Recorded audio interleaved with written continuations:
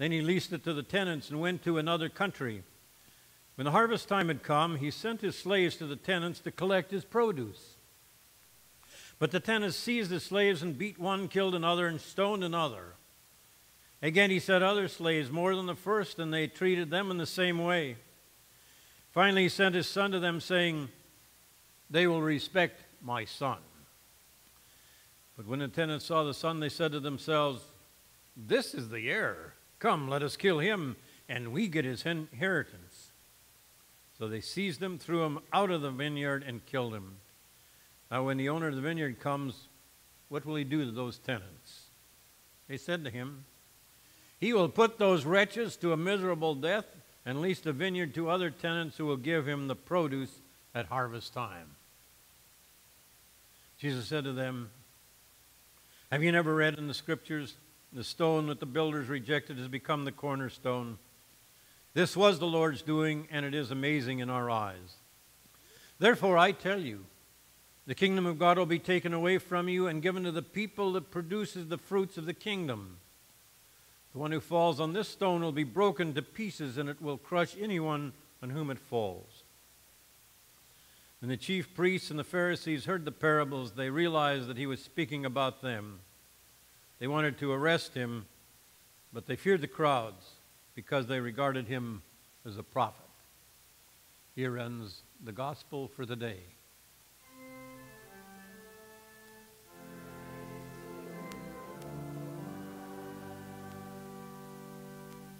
Please be seated.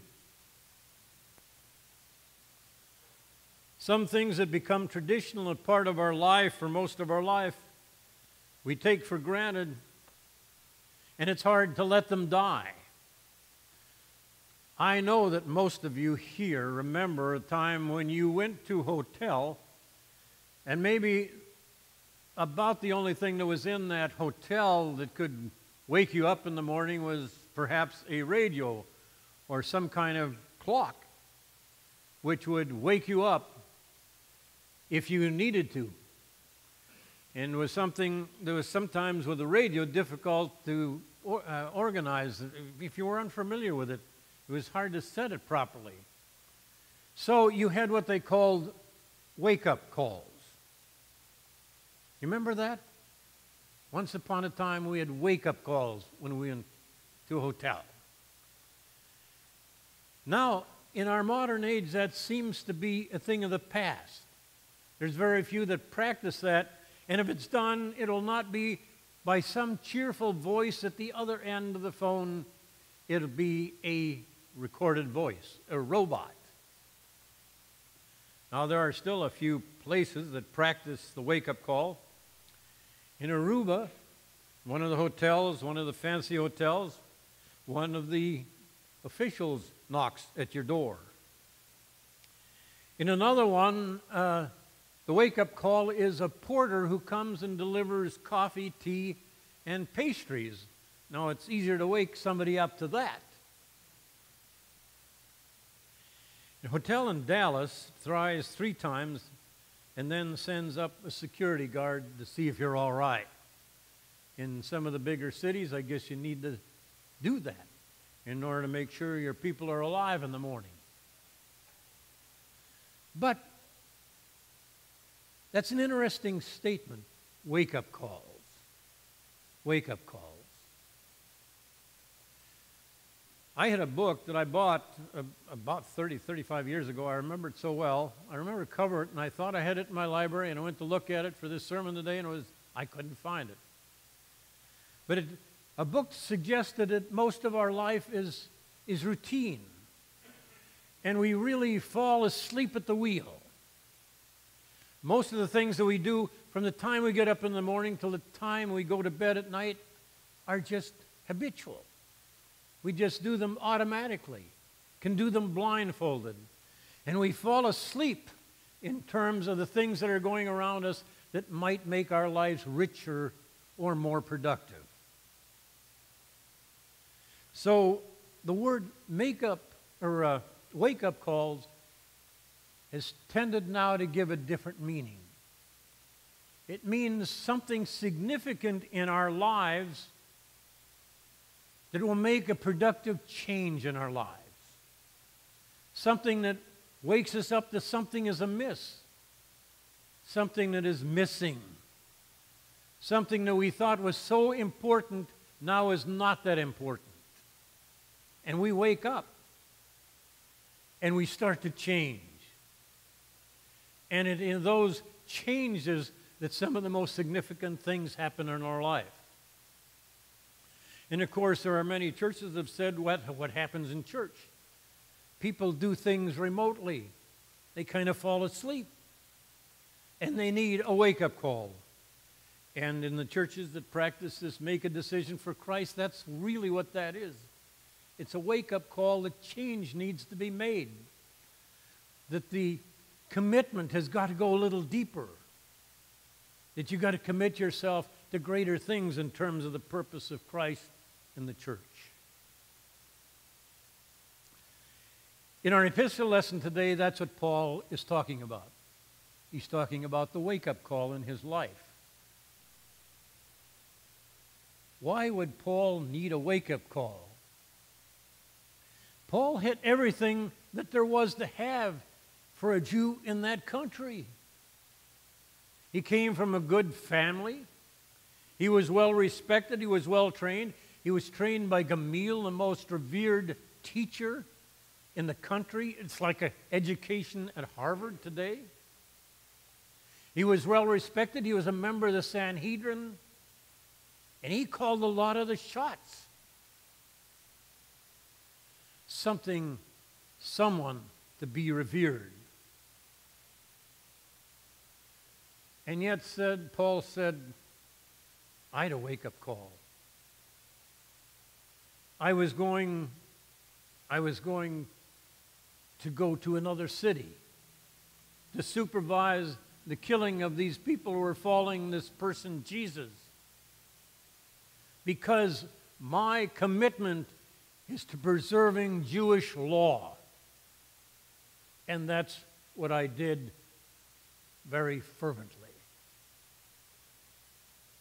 But I had this experience, and I heard Jesus speaking to me. Wake up, Paul. You're going in the wrong direction. And he said, my life had to change. My life became different. Now, what I was doing was legal. If anybody challenged Jewish law, the penalty was death. And he supervised and stood over the killing of Stephen, the first Christian martyr. That was legal. Okay. What he did was well respected. What he did was seen through the eyes of people as noble. But Paul said, God said it's wrong. It's wrong. And you've got to change. Because now we're operating on a whole different principle. It's a wake-up call. And Paul turned around and became the greatest missionary in the history of the church. Martin Luther had a wake-up call a couple of times, dramatically. His father wanted him to be a lawyer, to have a great family, and to give him grandchildren, willing to pay anything that he could to make Martin a shining pillar in the community. And then on the way home from school, from college, he's in a storm, and he prays, God, deliver me, and I'll become a priest. Wake-up call. He goes home and tells his father. The father says, no, you aren't. That's wrong. That's not as respectable as being a lawyer. But Martin said, no, I made a commitment. My life is going in the wrong direction. I've got to change it. And then Martin Luther is reading in the scriptures. He's trying to turn his salvation through the best life he could. He said, I tried everything, punished myself so that I could be worthy. And it was driving me crazy. And he reads Romans and said, you're saved by grace alone. It's the wake-up call. Change the course of history.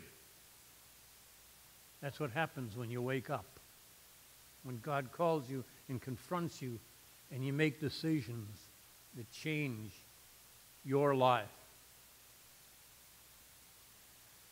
Then there's Chad Williams. You never heard about him, have you? Chad Williams was parting his way through a junior college, kind of wasting his time. Brilliant student, had a lot of ability, but was wasting his life. At least that's what he said. And finally he said, I got to get my life together. I'm going to structure it a little differently. And I want to find out the most difficult thing you can do in life, and that's what I want to do. And so he examined a lot of things, a lot of places that he could go, a lot of occupations he could take up. And then he decided the most difficult thing to do is to become a Navy SEAL. That's what really takes discipline. That goes way beyond human endurance. And that will be my commitment. And so his father brings in somebody by the name of Scott Holston. You never heard of him, have you? But he was a Navy SEAL. And while Chad was still considering going into the SEALs, this man became a mentor to him. He still couldn't make up his mind, but Scott went overseas. And one of the things that happened, that he was captured in Fallujah. And if you watched it, and I know some of you saw it on television, he was butchered and hung over the rivers Euphrates as an example of what happens to people who support this country. Chad was looking at that. That was his mentor. And he was on national television, decapitated and hanging in death and shame over the rivers Euphrates. And Chad said, I'm going to be the best Navy SEAL ever. That is encouragement. That was a wake-up call. I'm not going to waste my life. I'm going to make it very, very meaningful. And he went on to become a very, very well-decorated Navy SEAL. And then one day he was in church. He came to church. He was invited to come by a friend. He hadn't really been a part of it. And the preacher talked about Naaman, who was a leader in the Syrian army. And Elijah, he came to Elijah because he was suffering with leprosy. And Elijah said, you have to take off all this armor and wash in the river Euphrates if you're going to get care rid of your leprosy. You got to take off all these things that protect you, this armor that protects you on this earth, and humble yourself and open yourself up to the grace of God and be healed. And he did. And this story touched Chad. And it was another wake-up call. Not only do I want to be a good Navy SEAL, I want to be a witness to Christ. And he's written books on the meaning of Christ and commitment to it. Compares it to what happens in terms, in likeness of a Navy SEAL. The commitment has to be absolute. There are many wake-up calls to a relationship that's going awry, unfulfilling vocations, bad habits and lifestyles that need to be changed. And countries have wake-up calls. The Depression was a wake-up call. I remember my father, when he was talking about money, always talked about how the Depression changed his ideas of how to handle money. December 7th, 1941 was a wake-up call that this country was weak and needed to defend itself. 9/11 was a wake-up call. And you know what? I really think that's what this pandemic is a wake-up call. And if that is what it is, then let's look at it far more positively.